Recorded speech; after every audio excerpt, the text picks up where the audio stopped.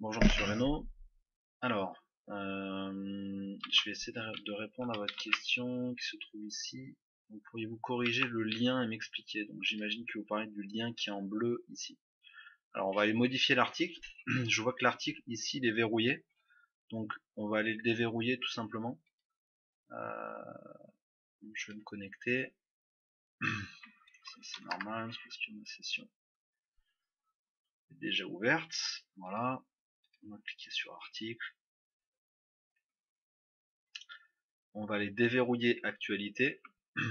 Donc, on va aller dans système, déverrouiller. On va cliquer sur tout. On clique sur déverrouiller. Voilà, on va faire pareil sur la première page. On clique là-dessus. On clique sur déverrouiller. Voilà, là, je reviens sur ma partie front-end. Je rafraîchis la page. Voilà, là, je m'aperçois qu'il est plus verrouillé, donc je peux le modifier. Donc, je clique sur la modification. Et je vais aller voir ce que j'ai dans projet. Alors, donc ici, projet, je vois qu'il est en bleu ici. Donc, déjà, je vois qu'il y a un petit espace ici, je le supprime. Ensuite, je vais aller voir dans le code HTML, qu'est-ce qu'il y a. Où est le problème? Donc, source code editor. On va aller essayer de trouver. Donc, je suis sur projet 2015. Projet 2015. Donc ça c'est le premier qui n'a pas de lien. Et donc ça c'est le deuxième qui a un souci. Alors, déjà je vois qu'il y a. Là je vois qu'il y a un A qui est ouvert ici et un A qui est fermé derrière. Donc ça je vais le supprimer parce que ça sert à rien. Et ensuite, je vois que ITS participera, blablabla. Il a bien la classe catalogue. Donc la classe catalogue, c'est ça qui applique la couleur bleue à votre lien.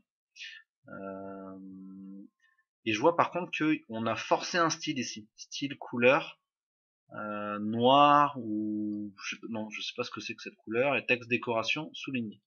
Donc vous n'avez pas besoin d'aller dans le code normalement pour ça. Hein. Je vais simplement revenir à la normale. Je vais mettre au milieu et je vais simplement cliquer sur la gomme ici. Hop. Voir si ça fait quelque chose. J'ai pas l'impression que ça fasse quelque chose. Ah si, il faut juste tout sélectionner en fait. Donc vous voyez, j'ai tout sélectionné, j'ai sélectionné tout lien. J'ai cliqué sur la gomme, ça a supprimé mon style, ce qu'on appelle du inline CSS, qui avait été appliqué pour X raisons. Soit vous avez copié-collé un lien, soit je sais pas pourquoi il y avait cette couleur qui apparaissait là dans le style. Mais là on voit que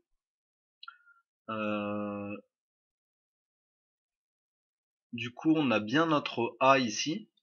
Par contre je vois que la classe catalogue a disparu. Donc c'est bien de la rajouter quand même. Hop, donc on va prendre classe catalogue et on la rajoute ici. D'accord. Donc c'est exactement comme la classe T par exemple pour le tableau. Quand vous aviez mis quand on avait mis un style particulier sur les tableaux de classe T. Bon bah là il y a un style particulier sur les liens. Ça permet en fait de gérer la couleur dans tout le site de tous vos liens. Voilà, de tous ces liens-là en particulier en fait. Donc c'est pour ça que c'est important d'appliquer cette classe catalogue qui a été rajoutée lors de la mise en conformité de tous les liens récents. Voilà pour la petite explication. Donc une fois qu'on est revenu en mode texte, si je sauvegarde, je vais quand même aller vérifier que ça se passe bien sur la partie front-end. Je sauvegarde et là si je vais sur projet, voilà, j'ai bien mon lien qui est comme il faut. Voilà pour la petite explication.